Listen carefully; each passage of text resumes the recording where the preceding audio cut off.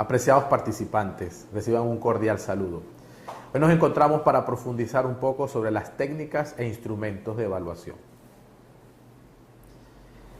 Decimos que la finalidad primordial de la evaluación es el mejoramiento del aprendizaje del estudiante. Cuando nosotros evaluamos, efectivamente miramos porque el estudiante aprenda. Y también nos hacemos la pregunta, evidentemente, ¿qué aprendió? ¿Cómo lo aprendió? ¿Cómo llegó a producir ese conocimiento? En ese sentido, el docente tiene que organizarse, y para organizarse es que existen las técnicas e instrumentos de evaluación. La técnica es el procedimiento de cómo se va a evaluar. Es importantísimo tomar en cuenta que la técnica me organiza el procedimiento, como he dicho, y en ese procedimiento establece la metodología para evaluar. El instrumento es el con qué voy a evaluar. Entonces, a toda técnica debe responder un instrumento. No es una cuestión matemática, no es una cuestión lineal, pero sí es una cuestión lógica. Y esa lógica la va a dar la situación de aprendizaje e indudablemente el objetivo de aprendizaje. ¿Qué es lo que quiero lograr? ¿Qué es lo que quiero profundizar? ¿Qué es lo que quiero que el estudiante aprenda? En ese sentido, las técnicas de evaluación las podemos referir como un conjunto de acciones, de procedimientos que de alguna manera desarrollan el estilo para evaluar. Nos enfocan en lo que queremos saber del estudiante. Lo podemos organizar de varias maneras: informales, semiformales o formales. Si lo pueden ver, cuando hablamos de técnicas informales son de corta duración, son breves, son acciones didácticas. Alguno puede decir que se confunden con las estrategias didácticas para el desarrollo o la ejecución de una clase. Evidentemente están en un hilo muy separado. Sin embargo, parecieran lo mismo. ¿Qué pasa con estas técnicas? Cuando uno hace una técnica informal, uno quiere saber el nivel de motivación, el nivel de ideas previas, qué se sabe sobre un cierto y determinado tema, y de alguna manera podemos como distinguirlas, como ven, en observación de actividades o exploración a través de preguntas. Entonces el discente, el estudiante, el participante indica que conoce, o lo que nosotros conocemos como expresiones paralingüísticas. El estudiante no habla expresamente, pero con su rostro, con un gesto o con alguna forma corporal nos va indicando cómo se siente, y eso también es una manera sin duda de evaluar. Evidentemente, la exploración a través de preguntas indicaría que son preguntas preparadas, preguntas significativas, preguntas que centran de alguna manera hacia dónde quiero llevar el proceso evaluativo. Una técnica, por tanto, informal apunta a lo que nosotros conocemos como la evaluación diagnóstica. Fíjense, también tenemos las técnicas semiformales. Evidentemente exigen mayor tiempo de preparación, mayor tiempo de valoración, pueden generar calificaciones, pero sobre todo son más duraderas y formativas. Pueden llegar a ser sumativas, es cierto, pero fundamentalmente son formativas. Son ejercicios o prácticas que se realizan en clase y de alguna manera permito que el estudiante me muestre el error para poder corregirlo, o me haga preguntas o consultas de qué es lo que debe lograr. Ya yo estoy evaluando, yo estoy aplicando una técnica semiformal. Como digo, es fundamentalmente formativa, pero puede llegar a ser sumativa. Tiene una estructura porque la estructura la da las condiciones que di para la tarea, pero fundamentalmente puede haberse equivocado, puede llegar a ser sumativa, insisto, pero fundamentalmente formativa. No nos olvidemos que la evaluación en el siglo XXI y con los adelantos que llevamos en este proceso debe apuntar a la formación, al desarrollo de habilidades, al desarrollo de competencias, con lo cual no es tanto el tema de la nota, que es importante, que es un requisito, que administrativamente es necesario, pero antes de eso hay un proceso que nosotros compartimos con el estudiante. No es lo mismo que nosotros pretendamos el producto hecho a que el producto se vaya haciendo. Entonces, en eso las técnicas tienen mucho que decir, y estas técnicas semiformales ayudan al estudiante a sentirse más seguro al momento de aplicar técnicas mucho más formales. Como van a ver ahora, tenemos las técnicas formales. Las técnicas formales apuntan a una planeación y una elaboración mucho más sofisticada. técnicamente requieren muchos más elementos que los vamos a mirar ahora.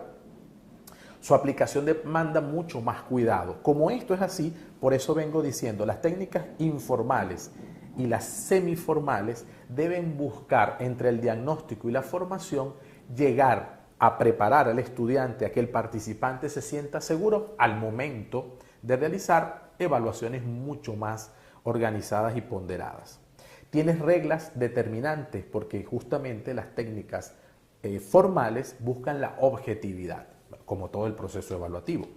Como vemos, tenemos las pruebas o exámenes tipo test, las pruebas de ejecución y la observación sistemática. Las pruebas tipo test convendría hacer un pequeño inciso histórico. ¿De dónde vienen las pruebas tipo test? Son una herencia que nos da la psicología.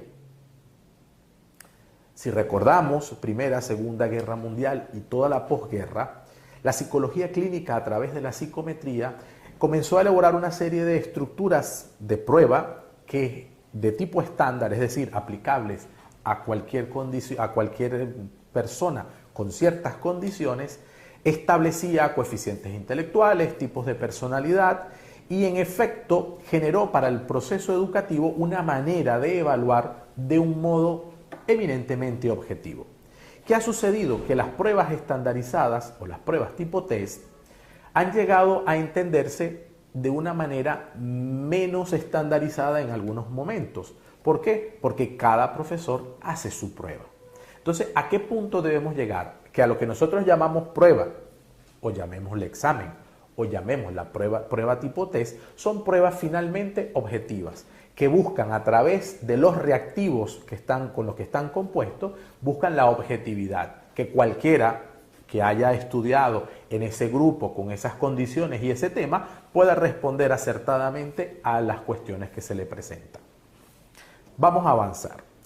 Los instrumentos de evaluación, una vez que hemos hablado de las técnicas, los instrumentos son el soporte físico que se emplea para recoger la información sobre los aprendizajes de los estudiantes. Todo instrumento es el soporte físico. Por lo tanto, toda técnica evaluativa requiere, necesita y está obligado a acompañarse con un instrumento físico. Esto va de la mano. Entonces, amigo participante, al momento de ejercer la docencia, no te puedes olvidar que esto es una dualidad que va a hacer mejor tu trabajo, porque además va a procurar que el proceso evaluativo sea completo. Todo recurso que nos brinde información sobre el aprendizaje del estudiante lo vamos a considerar un instrumento. Ningún instrumento por sí mismo es suficiente. Siempre va a necesitar de nuestro análisis. ¿Cuál es nuestro análisis? Los resultados que allí están. ¿En qué pregunta hubo más dificultad? ¿En qué pregunta hubo mucho éxito? ¿En qué preguntas hubo un éxito intermedio? Porque de eso también va a definir, diagnosticar y establecer condiciones para nuestra mejora laboral, pedagógica, y además va a estimular al estudiante a buscar rellenar a través de la metacognición no solo su proceso de qué sabe, sino cómo lo aprende. Mientras más información se obtenga a través de un instrumento, más eficiente va a ser el mismo y por lo tanto los resultados van a ser más duraderos. Los instrumentos de evaluación deben ser significativos, con lo cual en algunos casos, y lo reiteraremos en su momento, deben ser conocidos previamente por el estudiante. Como vemos, técnica de observación sistemática. ¿Qué instrumentos les corresponde? La lista de cotejo, el registro anecdótico, escalas de actitudes, diarios de clase, escala diferencial semántica. La técnica de situación oral de evaluación. Tenemos las exposiciones, los diálogos y los debates. No todo es escrito, no todo es para que el estudiante escriba. También hay habilidades que van de la mano con el desarrollo oral o la oralidad, bien sea en un idioma, bien sea en el español o bien sea en cualquier otra área donde yo quiero procurar saber cuánto el estudiante sabe y que pueda plasmármelo y planteármelo de modo oral. Con lo cual estaríamos hablando de situaciones orales de evaluación. Ahora bien, eso requiere instrumento y de allí nosotros utilizamos los anteriores, listas de cotejo, escalas de estimación o lo que conocemos ahora como rúbricas para hacer el soporte de esa situación oral de evaluación. Como vemos también hay ejercicios prácticos, mapas conceptuales, mapas mentales, red semántica, V-heurística de Gowin, análisis de casos, proyectos, portafolio y ensayo. Fíjense, muchísimos elementos que son parte de la estrategia didáctica, pero que al verse desde la perspectiva de la evaluación, corresponde a que tengan su instrumento y a que tengan criterios claros. Esto es fundamental. ¿Quién me da los criterios? Los criterios los asume el docente, pero no los saca dentro del bolsillo o dentro de la gaveta, los saca de sus objetivos. Con lo cual, cuando yo planifico para darle vida a lo que van a ser mis técnicas e instrumentos de evaluación. Por lo tanto, la improvisación allí no tiene cabida. Cuando hablamos de pruebas escritas, fíjense cuáles son sus instrumentos. Tenemos las pruebas de desarrollo y las pruebas objetivas. Las pruebas de desarrollo son de examen temático, donde yo establezco lo que conocemos en otros espacios como pruebas tipo ensayo, y los ejercicios interpretativos. Pongo estudios de caso y el estudiante responde con base al desarrollo de un estudio de caso muy aplicado a la enseñanza del derecho, a la enseñanza de las ciencias de la salud. Fíjense que cada una de las áreas del conocimiento, una vez que llega a esta, que es la educación y en concreto la evaluación, va a ubicarse en las técnicas que más requiere. Pero tengo que pensar en el profesional que yo voy a formar. Si yo voy a formar a un abogado que es capaz de redactar y hace muy buenas pruebas escritas, hace pruebas de desarrollo eficiente, hace análisis de situaciones acorde, hace análisis de artículos adecuados, pero nunca miro cuál es su desempeño oral, solamente escrito. Y ese abogado no será litigante y ese abogado no tendrá en algún momento que desarrollar su oralidad. Entonces yo me paro, para ti, para cualquiera que vaya a educar, tiene que pararse frente a la habilidad que va a desarrollar esa persona, y eso me va a determinar el aprendizaje y el alcance de habilidades que yo quiero desarrollar en él. Por lo tanto, no todos son pruebas escritas. Esto lo menciono en este punto porque, como ves, llegamos a lo que la mayoría suele aplicar, pruebas escritas. Y como ven, pruebas objetivas, que son todavía las más aplicadas. No hay nadie en un curso, desde los más pequeños hasta los más grandes, pasando por supuesto por la educación superior, que no le hagan una prueba con respuestas alternativas, correspondencia, selección múltiple o selección simple, ordenamiento, emparejamiento, que son reactivos, que son tipos de preguntas que conocemos nosotros muy bien. Finalmente, y para ampliar esta discusión, te invito a que te replantees siempre desde la evaluación cuál ha sido mi objetivo de aprendizaje. ¿Qué es lo que aspiro? ¿Qué es lo que espero?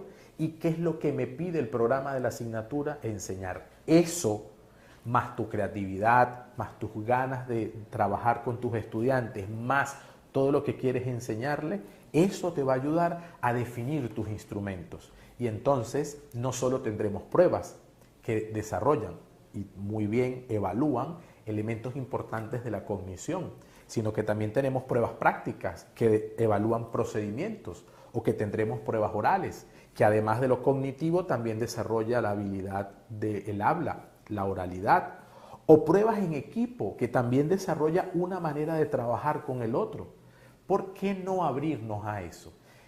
Tenemos una situación de siglo XXI, requerimos una educación de siglo XXI y por lo tanto una evaluación de siglo XXI. Te agradezco tu atención y te invito a ver con detenimiento el resto del material. Gracias.